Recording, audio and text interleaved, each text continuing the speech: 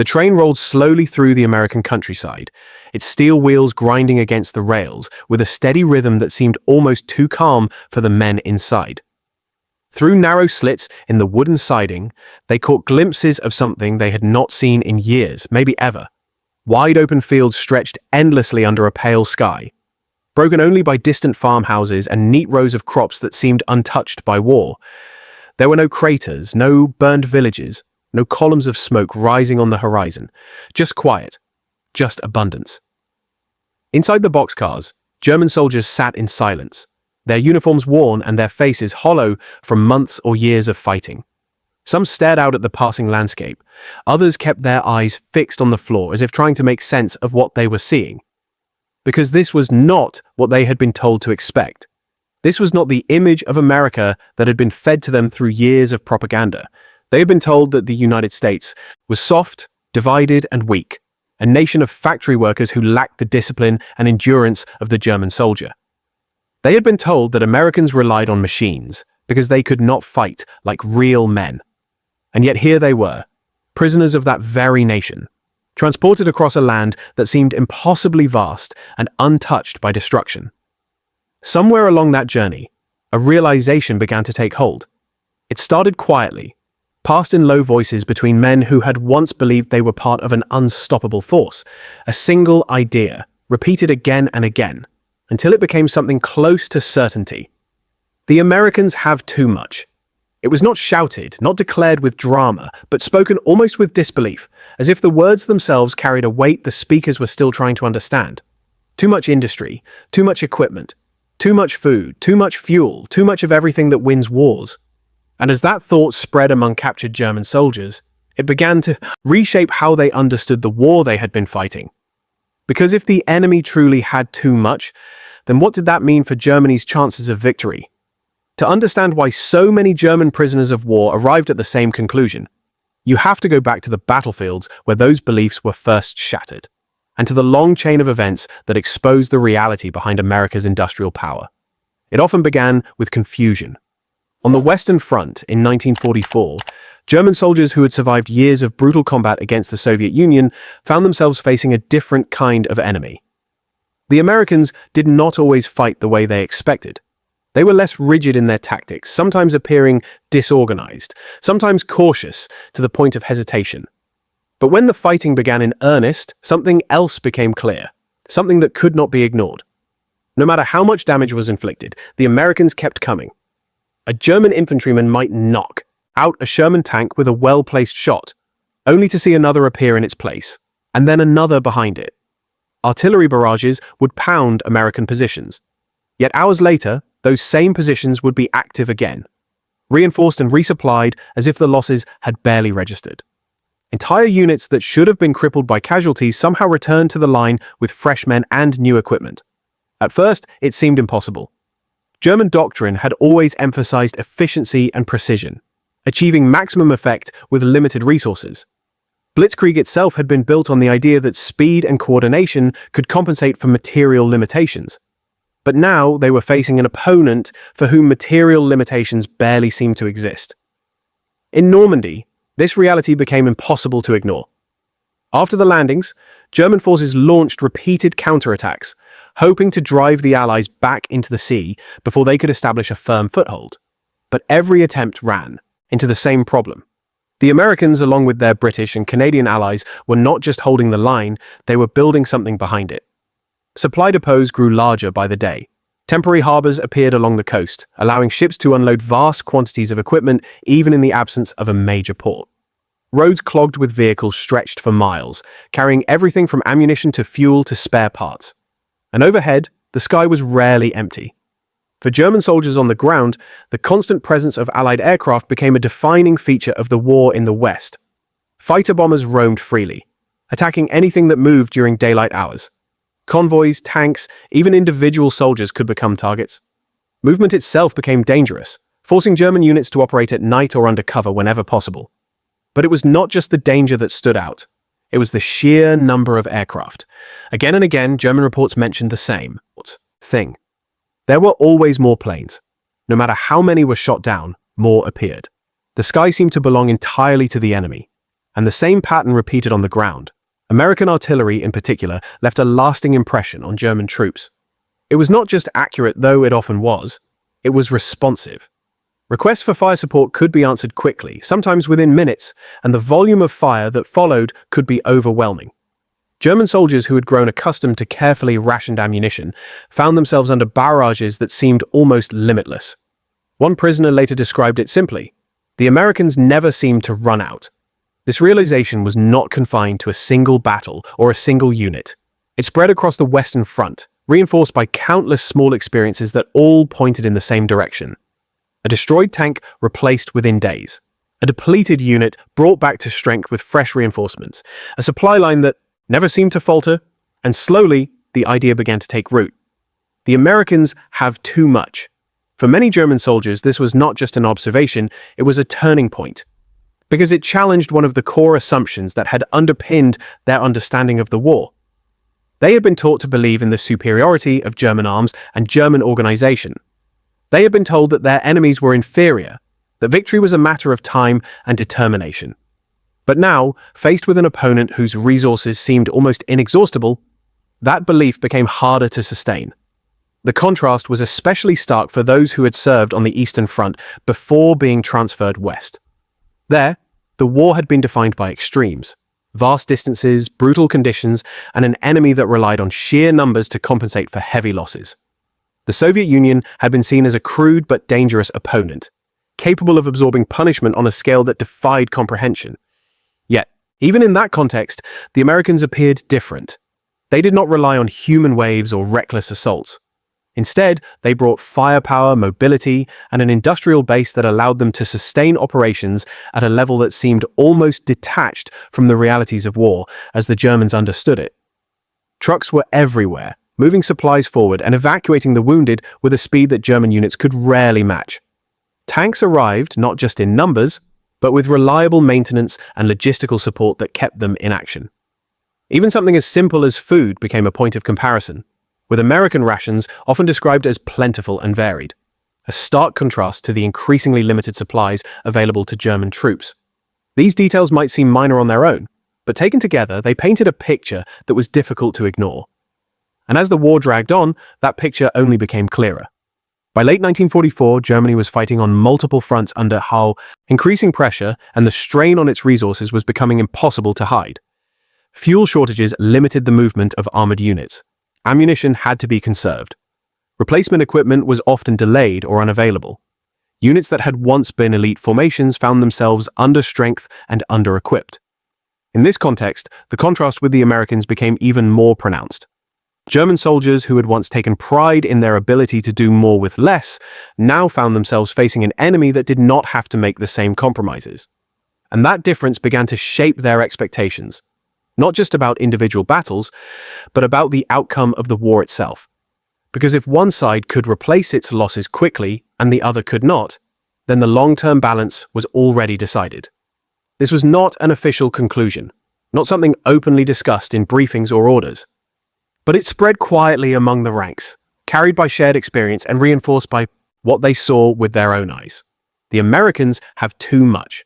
For some, this realization came with a sense of inevitability. Others resisted it, clinging to the belief that skill and determination could still overcome material disadvantage. But even among the most committed, there was an awareness that something fundamental had shifted. And then came the moment when many of them would see it not on the battlefield, but from the other side of the war.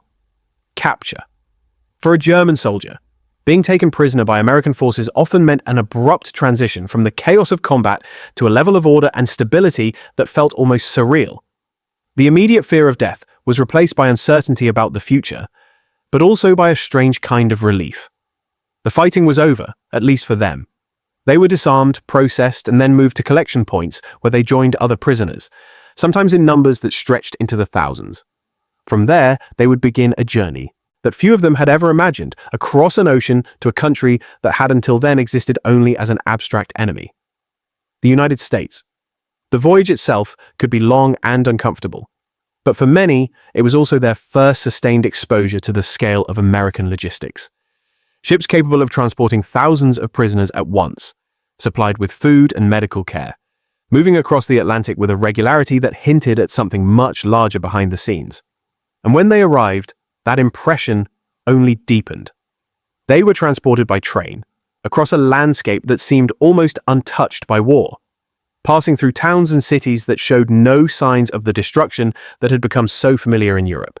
Factories operated at full capacity, rail lines were busy but intact. Infrastructure functioned smoothly, supporting a war effort that seemed both immense and effortless. For many prisoners, this was the moment when the realization became unavoidable. It was not just that the Americans had more. It was that they had more of everything, and they had it in a way that Germany could no longer match. One German officer later described his reaction upon seeing the United States for the first time. He had expected a country strained by war, perhaps even weakened by the effort. Instead, he found a nation that appeared stronger than ever, its industry expanding, its cities thriving, its people seemingly untouched by the hardships that had become routine in Europe. And in that moment, the conclusion he had resisted finally took hold. The war was unwinnable, not because German soldiers lacked courage or skill, but because they were facing an opponent whose resources were on an entirely different scale. This realization did not always come with bitterness. For some, it was simply a matter of accepting reality. The idea that victory required not just battlefield success, but the ability to sustain that success over time, and in that regard, the balance had shifted decisively. As more prisoners arrived in camps across the United States, these observations were shared and repeated, discussed in barracks and work details, compared against individual experiences from the front lines. And despite differences in rank, background, or personal belief, the same conclusion appeared again and again. Not as propaganda, not as a slogan, but as a simple statement of fact. The Americans have too much. It was a phrase that captured more than just material abundance. It reflected a deeper understanding of how the war was being fought and why it was unfolding the way it was. It acknowledged that industrial capacity, logistical efficiency, and economic strength were just as important as tactics and strategy, perhaps even more so. And as the months passed, that understanding began to influence how German prisoners viewed not just their enemy, but their own country's position in the war. Because if the outcome was determined not only by battles, but by the ability to sustain those battles over time, then the question was no longer whether Germany could win a particular engagement, but whether it could continue fighting at all under the weight of such overwhelming opposition. And for many, the answer was already becoming clear, even if they were not yet ready to say it out loud. They continued moving through a landscape that seemed to stretch on without end, carried forward by a system that showed no signs of slowing. A system that would soon reveal even more about the scale of the effort behind it, and the reality that had been hidden from them for so long as they moved deeper into the American interior and began to see not just the surface of that abundance, but the machinery that sustained it, the factories and rail yards and endless flow of supplies that hinted at something far larger than anything they had imagined. Something that would force them to confront a truth that went beyond the battlefield and into the very foundation of the war itself as they stepped off the trains and into a world that seemed almost untouched by the conflict that had consumed their own continent. And in that first moment of stillness after the doors opened and they were ordered out into the light, many of them began to notice details that would stay with them long after the war had ended. The air itself felt different. Not just cleaner but untouched, free of the smoke and ash that had become a constant presence in Europe, and as they formed up under the watch of American guards, they saw rows of buildings in the distance, neatly arranged, well-maintained, and surrounded by fences that seemed more symbolic than desperate. This was not a place built in haste or under pressure, but something organized, deliberate, and above all, stable. The camps varied in size and structure, but the pattern was consistent. Barracks that were functional but solid, medical facilities that were properly equipped, kitchens capable of feeding, large numbers of men without visible strain, and all of it supported by a system that seemed to operate with quiet efficiency. For prisoners who had spent the last years watching their own supply lines falter and collapse, the contrast was impossible to ignore. Food was often the first and most immediate sign. German prisoners had expected scarcity, perhaps even hunger, but instead they were given regular meals that, while not luxurious, were consistent and sufficient. Bread, meat, vegetables, sometimes even items that had become rare or non-existent back home. It was not just the quantity, but the reliability. Meals arrived on time, portions were predictable, and there was little sense that supplies were running low. This alone began to change perceptions. Because in war, food is never just food. It is a measure of stability, of control, of a system that can sustain itself even under pressure. And here, thousands of miles from the front lines, that system seemed to function without interruption. Clothing and equipment followed a similar pattern. Prisoners were issued items as needed, replacements provided when necessary, and while nothing was extravagant, everything worked. Boots were sturdy, blankets were adequate.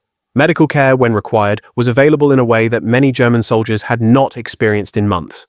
None of this aligned with what they had been told.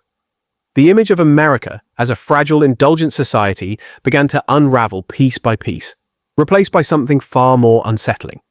A nation that could fight a global war while maintaining this level of organization and supply, even for its prisoners, was not weak. It was something else entirely. And as days turned into weeks and weeks into months, the prisoners began to see more of that system in action.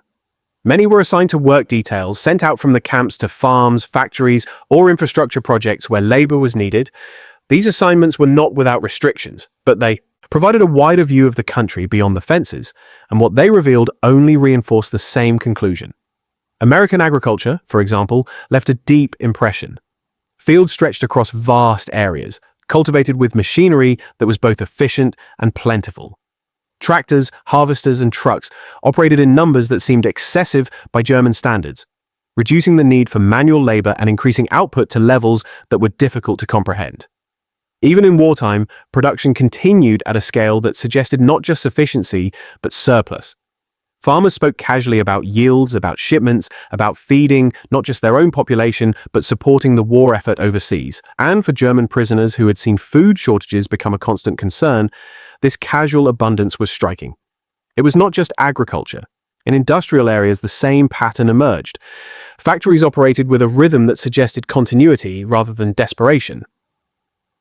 Assembly. Lines moved steadily, producing vehicles, equipment, and materials in quantities that hinted at the broader scale of American industry. Workers were not exhausted conscripts, but civilians going about their jobs, supported by a system that kept production running without visible breakdown. For prisoners assigned to these environments, the realization deepened. This was not a country straining under the weight of war.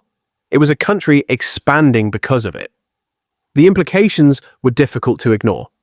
Because if the United States could produce at this level while also supplying its allies, maintaining its own civilian economy, and supporting millions of soldiers overseas, then the gap between American and German capabilities was not just large, it was widening. And this understanding began to influence conversations within the camps. At first, discussions were cautious, often framed in terms of individual experiences or observations, but over time they became more direct. Soldiers compared what they had seen on the front lines with what they were now witnessing in captivity, and the connections became clear. The tanks that kept appearing in battle had to come from somewhere. The aircraft that filled the skies had to be built, maintained, and replaced. The endless flow of supplies that supported Allied operations was not an illusion. It was the result of a system that extended far beyond the battlefield. And here in the United States, they were seeing that system up close. Some prisoners resisted these conclusions, holding on to the belief that Germany could still find a way to turn the tide, perhaps through new weapons or strategic shifts. But even among those who remained loyal to that idea, there was an acknowledgement that the challenge was immense. Others were more direct. They spoke openly about the imbalance, about the difference in resources, about the reality that no amount of tactical brilliance could fully compensate for such a disparity. And while these conversations were not always comfortable, they reflected a growing acceptance of something that had once seemed unthinkable. The war was not just being lost on the battlefield. It was being lost in factories, in fields, in shipyards, and rail networks that stretched across an entire continent. This perspective was reinforced by news that filtered into the camps. Although information was controlled, prisoners still learned about major developments, about the progress of Allied forces, about the situation in Germany itself. And as the months passed, the reports became increasingly difficult to reconcile with the idea of eventual victory. Cities were being bombed with increasing intensity. Infrastructure was under strain. Front lines were collapsing or being pushed back. And all the while, the American war effort showed no signs of slowing. For many prisoners, this created a sense of distance not just physically, but mentally. They were removed from the immediate pressures of combat able to observe and reflect in a way that had not been possible before. And what they saw did not align with the narratives they had been given earlier in the war. Instead, it pointed toward a different understanding, that the outcome had been shaped long before the final battles were fought, determined by factors that went beyond courage or strategy, rooted in the capacity to produce, to supply, to sustain. And in that context, the phrase that had first emerged on the battlefield took on a broader meaning. The Americans have too much. It was no longer just about tanks or planes or artillery. It was about an entire system, an economy, an infrastructure that supported those things in a way that Germany could not match. And as this understanding spread, it began to influence how prisoners viewed their own experiences. Moments that had once seemed isolated or confusing now fit into a larger pattern. The sudden appearance of reinforcements, the rapid recovery of damaged units, the constant availability of supplies, all of it made sense when seen through the lens of that system. Even the behavior of American soldiers took on a different context. Their willingness to rely on firepower, their emphasis on coordination and support, their approach to minimizing casualties whenever possible, all of it reflected a military that was built on the assumption that resources were available and could be used to reduce risk. This stood in contrast to the German approach, which had often required taking greater risks due to limited resources, relying on initiative and improvisation to compensate for shortages. Neither approach was inherently superior in every situation, but in a prolonged conflict, the difference became decisive. Because over time, the side that could sustain its operations with fewer compromises would gain the advantage. And for many German prisoners, that realization brought with it a shift in perspective that extended beyond the war itself. They began to question not just the outcome, but the assumptions that had led them there. The belief in inherent superiority, the confidence in quick victory, the dismissal of an opponent's capabilities, all of it seemed less certain when viewed against the reality they were now experiencing. Some expressed this quietly, in conversations with fellow prisoners or in letters home. Others internalized it, carrying the understanding without necessarily putting it into words. But the underlying idea remained the same. The Americans have too much. It was a statement that acknowledged a form of power that was not always visible in the heat of battle, but that shaped the conditions under which those battles were fought. And as the war in Europe moved toward its final stages, that power became even more apparent. Reports of Allied advances accelerated. Cities that had once been considered strongholds fell in rapid succession. The front lines that had seemed stable began to collapse under pressure from multiple directions. For prisoners in the United States, these developments confirmed what many had already come to believe. The end was approaching, not with a single decisive blow that would suddenly shatter the front, but with a steady, relentless pressure that Germany could no longer absorb. And as that pressure built, the final outcome became less a question of possibility and more a matter of time. In the camps, the mood shifted in subtle ways.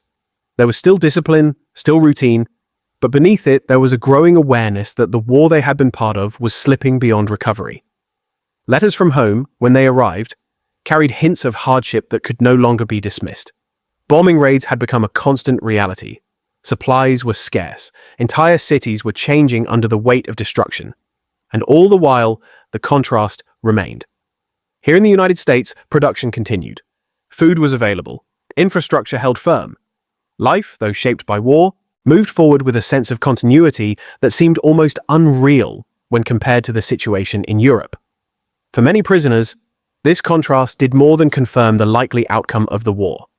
It forced them to confront the scale of what they had been up against from the very beginning. Because the deeper they looked, the clearer it became that this was not simply a conflict between armies, but between systems.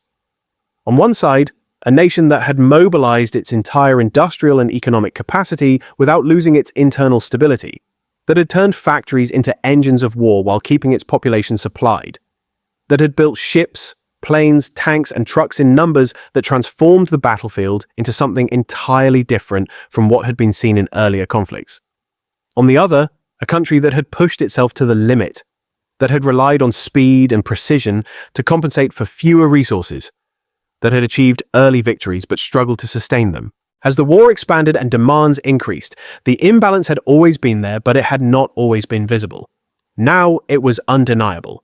And when news finally arrived in the camps that Germany had surrendered, the reaction was not always one of shock. For some, there was relief. The war was over, the uncertainty of the future replaced by the simple fact that the fighting had ended. For others, there was a quiet acceptance, as if the final confirmation of something they had already understood. The Americans had too much. It was a phrase that lingered even after the war, carried by former prisoners as they returned home to a country that had been transformed by defeat. Cities lay in ruins. Infrastructure was damaged or destroyed. The economy struggled to recover under the weight of what had been lost, and in that context, the memory of what they had seen in the United States took on even greater significance. Because it was not just about the war anymore, it was about understanding how the war had been decided. Historians would later analyze the conflict in countless ways, examining strategies, leadership decisions, individual battles, and technological developments. All of these factors mattered, and each played a role in shaping the course of the war. But beneath all of that, there was a simpler reality. Wars on that scale are not won by a single victory or a single idea. They are won by the ability to sustain effort over time, to replace losses, to adapt, and to continue fighting long after others have been forced to slow down. And in the Second World War, no nation embodied that ability more completely than the United States. Its industrial output reshaped the battlefield. Its logistics connected continents. Its resources ensured that setbacks could be absorbed and overcome. For the German soldiers who faced that reality firsthand, whether on the front lines or in captivity, the conclusion they reached was not the result of ideology or propaganda. It was the result of observation. They had seen the tanks that kept coming. They had endured the artillery that did not run out. They had watched the skies fill with aircraft that seemed to replace themselves as quickly as they were lost. And then they had seen the source of it all, the factories, the farms, the railroads, the system that made it possible. So when they said that the Americans had too much, they were not just describing material abundance. They were describing a form of power that operated on a different level, one that did not rely solely on what happened in a single battle, but on the ability to shape every battle that followed. It was a realization that came too late to change the course of the war, but not too late to understand it. And in that understanding, there is something that still resonates. Because it challenges the idea that wars are decided purely by moments of heroism or flashes of brilliance, and instead points to something quieter but far more decisive. The systems behind the soldiers, the capacity behind the courage, the reality that in a prolonged conflict, it is not just who fights better in a single moment, but who can continue fighting when that moment has passed. For the German prisoners who crossed an ocean and saw that reality with their own eyes, the answer became impossible to ignore. And it was captured in a single phrase that needed no embellishment, no dramatic framing, and no explanation beyond what they had already experienced. The Americans had too much. If you found this perspective valuable and want more deeply researched World War II stories that go beyond the surface and into the realities behind the headlines, consider subscribing, because there are many more stories like this waiting to be told. Stories that reveal not just what happened, but why it happened, and how those moments continue to shape the world we live in today.